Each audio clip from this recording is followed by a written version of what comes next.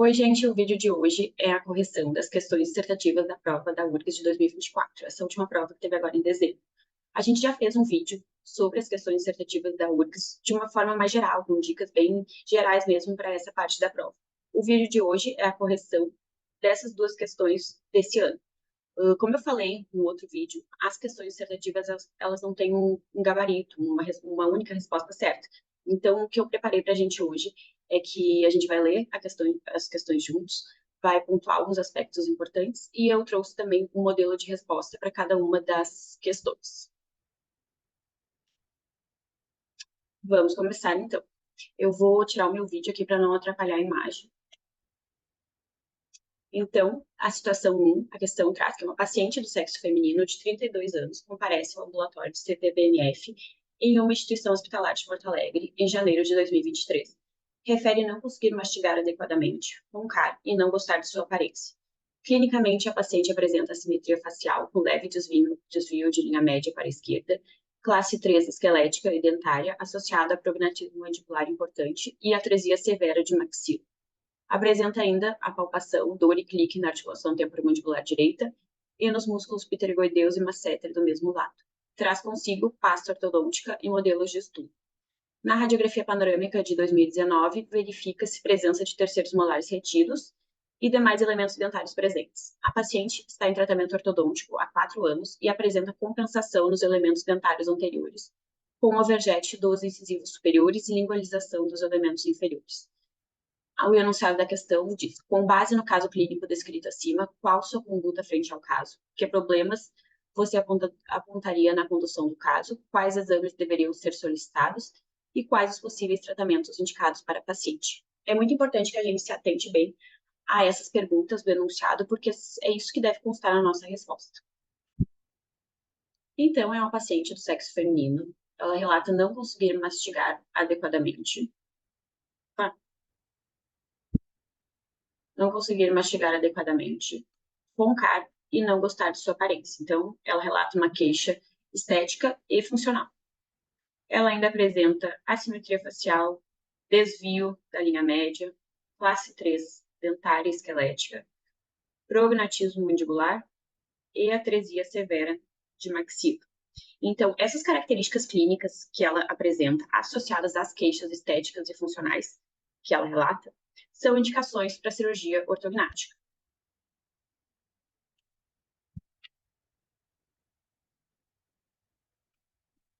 Deixa eu só escrever aqui os pontos, então, que a gente queira que constem na nossa resposta.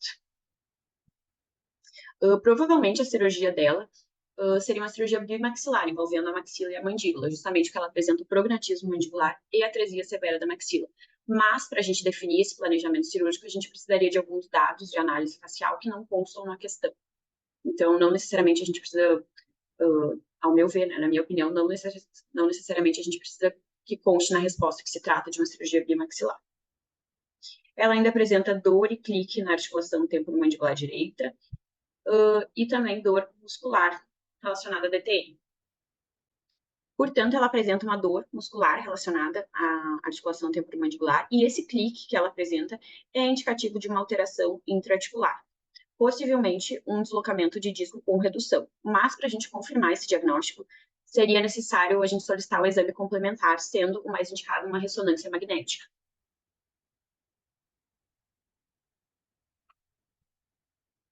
Vou colocar aqui do lado, então.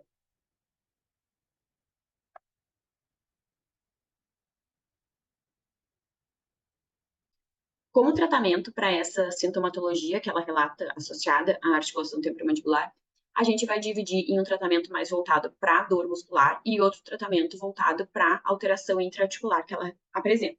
Então, para os músculos, a gente recomenda um tratamento mais clínico, que seria sessões de fisioterapia, pode ser indicado tratamento medicamentoso em alguns casos, o uso de relaxantes musculares, aplicação de calor úmido, pode ser avaliado por um dentista clínico a necessidade de fazer uma plaquinha de bruxismo, enfim, medidas locais e um tratamento clínico.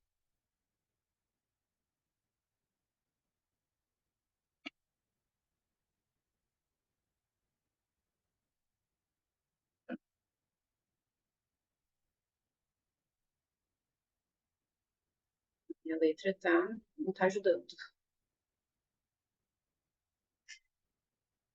Para as alterações intraarticulares, que seria a dor e o clique na ATM direita, a gente pode pensar em um primeiro momento numa artrocentese ou numa artroscopia, que é a lavagem, né, da articulação. A artroscopia seria a visualização direta por vídeo da articulação, ou até mesmo, caso fosse confirmado pela ressonância magnética que a paciente apresenta um deslocamento anterior do disco, poderia ser recomendada uma discopexia, que é o reposicionamento do disco no local ideal sobre a cabeça sobre o côndilo mandibular.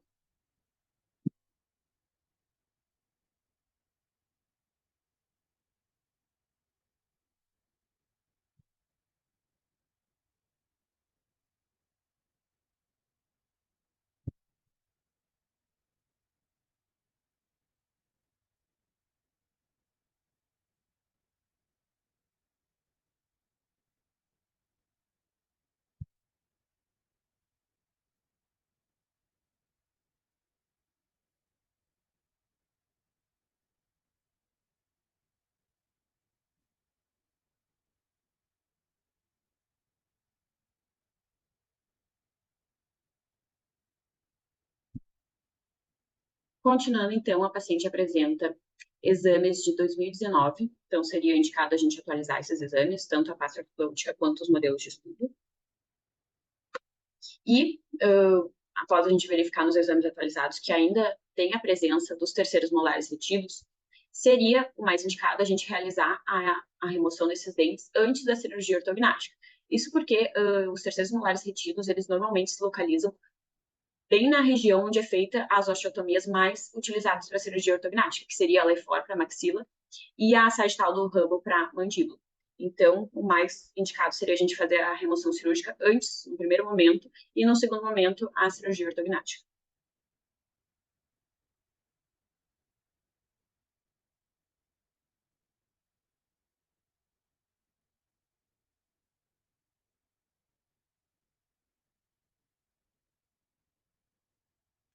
E, por fim, uma informação muito importante que a questão nos traz é que a paciente está em tratamento ortodôntico há 4 anos e apresenta compensação nos elementos dentários anteriores, convergente dos incisivos superiores e lingualização dos elementos inferiores.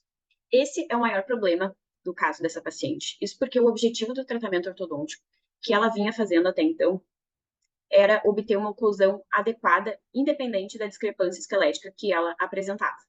Porém, em pacientes que têm uma discrepância esquelética muito significativa, como ela, só é possível que a gente obtenha uma oclusão adequada com a inclinação excessiva dos dentes. E isso traz muitos prejuízos para a paciente, traz prejuízos à estética, à respiração e até mesmo à saúde articular. Então, pode estar relacionado ao problema articular que ela apresenta.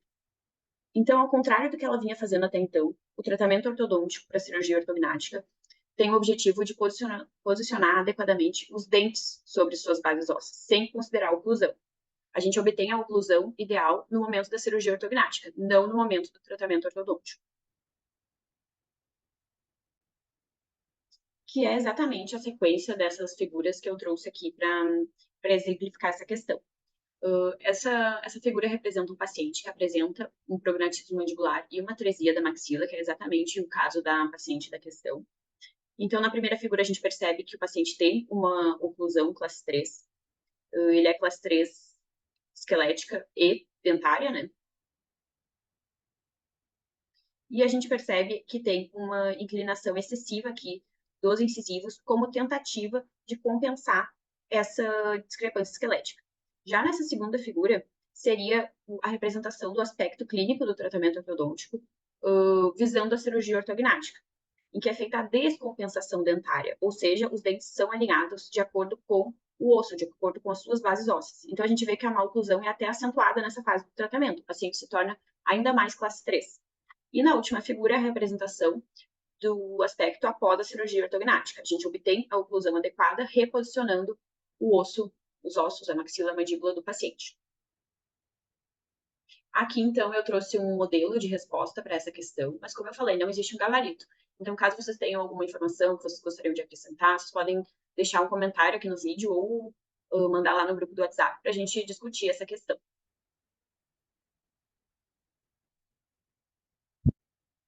Situação 2, então, paciente de 72 anos do sexo masculino comparece ao ambulatório de CTBMF em uma instituição hospitalar de Porto Alegre. Na anamnese, refere o uso de captopril, simvastatina, insulina e ácido zoledrônico, zometa.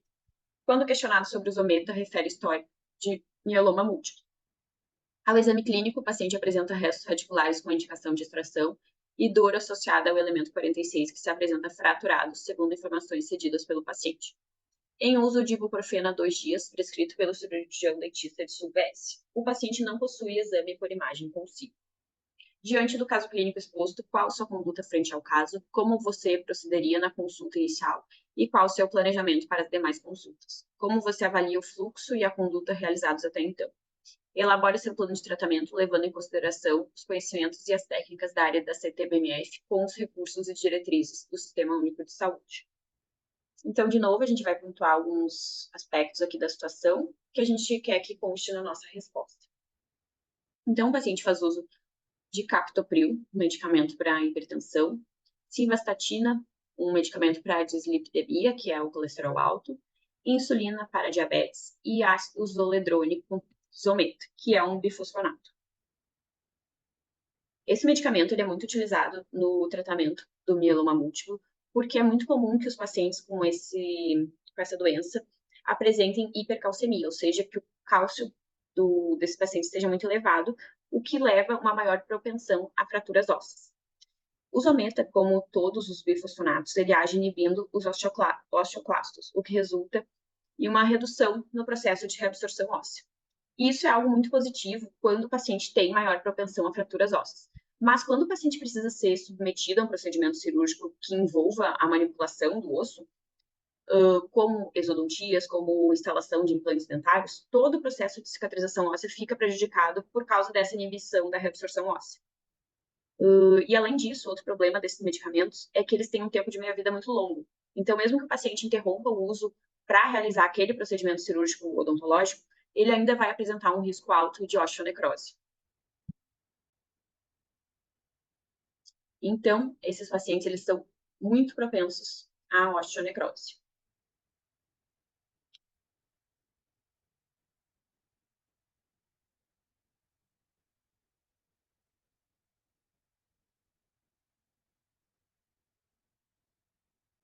Continuando, então, o paciente apresenta restos radiculares com indicação de extração e dor associada ao dente 46, que se apresenta fraturado.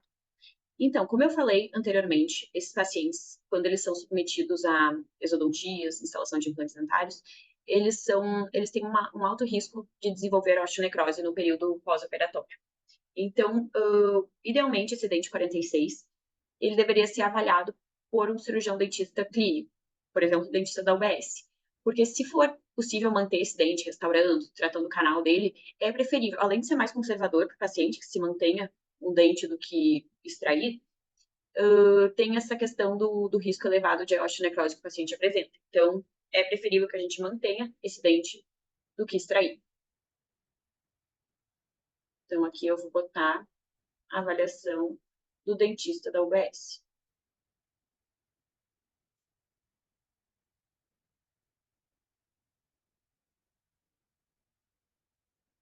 Para isso, o paciente precisa ser contrarreferenciado para a unidade básica de saúde. O paciente apresenta ainda esses restos radiculares que têm a indicação de extração. Como eu falei anteriormente, é um paciente que apresenta um alto risco de osteonecrose.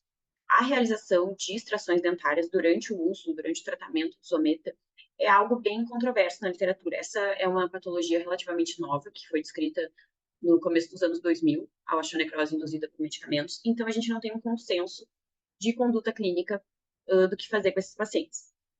O cirurgião, ele deve considerar, junto com o hematologista que acompanha o paciente por causa do mieloma, o risco e o benefício de realizar essas exodontias durante o tratamento com o zometa. A princípio, o paciente dessa situação, ele não apresenta dor associada a esses restos radiculares, portanto, teoricamente, esse procedimento poderia ser adiado. Mas, por outro lado, são focos infecciosos na boca. Então, é uma situação que precisa ser bem ponderada com a equipe médica que trata esse paciente.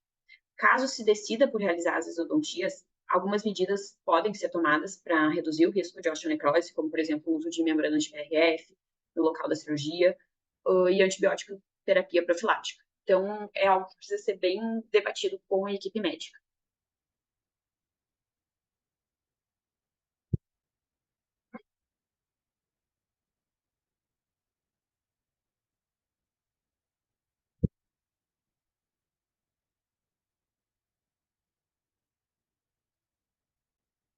Continuando a questão, então, o paciente está fazendo uso de ibuprofeno há 2 dias. O ibuprofeno é um anti-inflamatório não esteroidal e ele apresenta interação medicamentosa com os bifosfonatos. Então, ele apresenta uma maior toxicidade aos rins. Então, talvez fosse benéfico para o paciente a gente trocar esse medicamento por um paracetamol, por exemplo, que é um analgésico com baixa capacidade anti-inflamatória. E, por fim, o paciente não possui exame de imagem consigo, ou seja, ele foi encaminhado pela atenção primária sem um exame complementar que é necessário para o procedimento que ele foi encaminhado, que seria exodontias. Então, no mínimo, seria necessário uma radiografia panorâmica, e esse é um problema no fluxo de encaminhamento que a gente pode descrever na questão.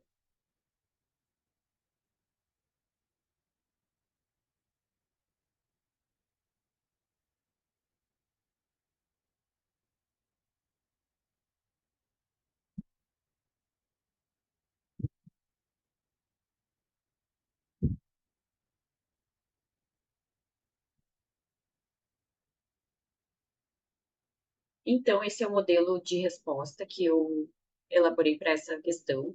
De novo, se vocês quiserem acrescentar alguma coisa ou comentar algum aspecto, por favor, comentem aqui embaixo ou mandem lá no grupo para a gente discutir. Eu achei uma questão bem difícil, né, que não é muito cobrada em prova de residência, essa questão de bifosfonatos. Então, essa foi a aula que eu preparei hoje. Deixa eu botar aqui a minha câmera de novo. Eu agradeço a atenção de vocês. Qualquer dúvida, vocês podem me mandar, podem comentar aqui, que eu vou ficar feliz em ajudar. Abraço.